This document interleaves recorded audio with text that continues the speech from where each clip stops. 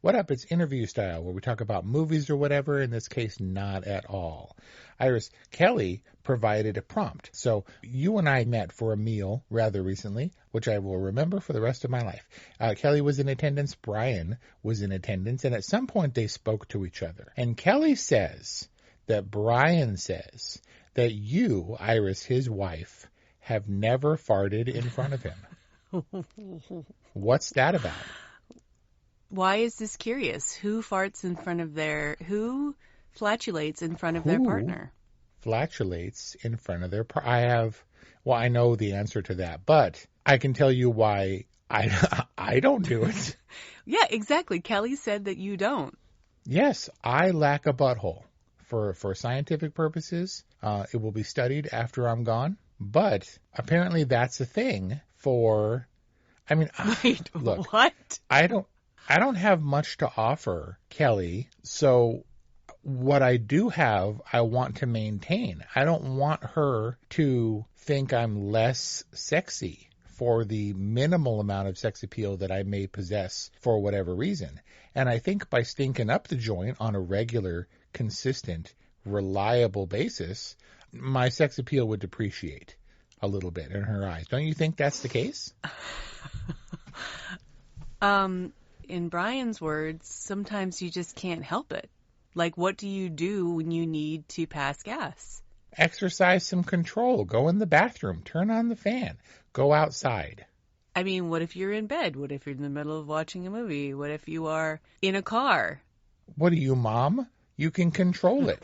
If you learn that it's not okay to let it go at any given time, anything at any given time, you learn to choose your moments. Yeah, and that... You don't wait until the Garden Grove pressure tank reaches critical mass and threatens to explode. Nobody knows what you're talking about. You open the purge valve at opportune moments. Purge valve. This is so full of poster quotes. If only we had interview-style poster quotes like we do for our main episodes.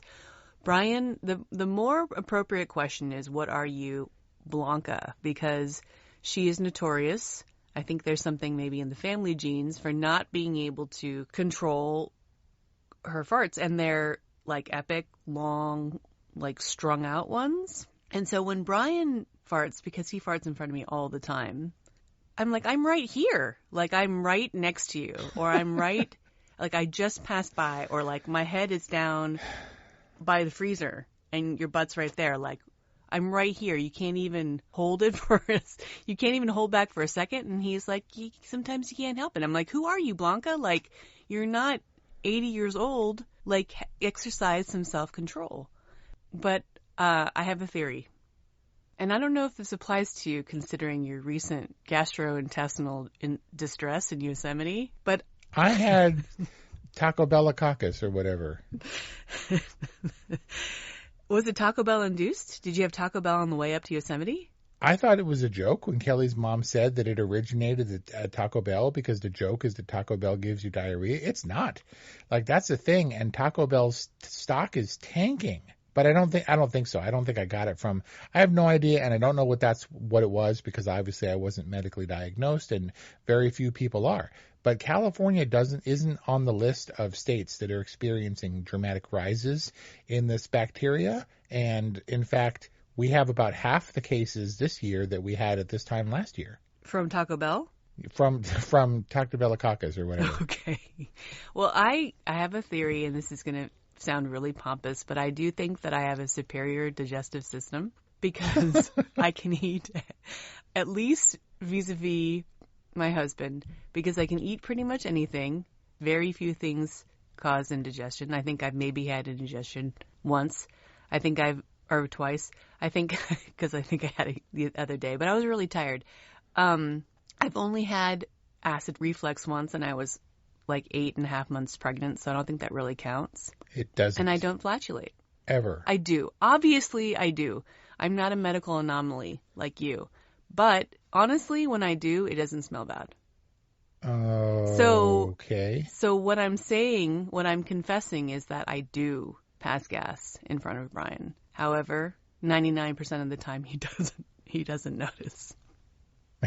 Interesting. revelations, left, right, and center, or whatever movies. Man, I don't want to verify this. Like, I don't care enough. And I'm glad to know that if you're doing this around me that I don't notice. But still, that's ass air that we're all breathing. Hello. If you're just doing clandestinely. Cows are like the greatest contributor to methane gas on this planet, and we're all breathing cow butt air or ass air or whatever you call it. But Brian and I have discussed this, and we've done research, and statistically speaking, experiments have been done, and women's farts smell objectively worse than men's, according to studies, but not in my case. In that way, I am a medical anomaly. You heard it here, or whatever movies podcast. I don't want to know. Dude, you asked. I don't want to know about your. I know. What I'm saying is, I would ordinarily solicit, listener opinions or whatever. I don't want to know about your guys' flatulence or whatever. So never mind. We'll leave it there. Thanks for playing. Caleb, you bye. Every mile matters, whether you're driving your dream car or your daily commuter. The Mobil 1 team knows that. It's why we created Mobil 1 Advanced Clean Motor Oil. It cleans your engine in one oil change and helps extend engine life, delivering performance, protection, and cleanliness for vehicles of all ages. All to help keep your engine running like new, whatever you're driving. Visit mobil1.com/advancedclean to learn more. Electric acid.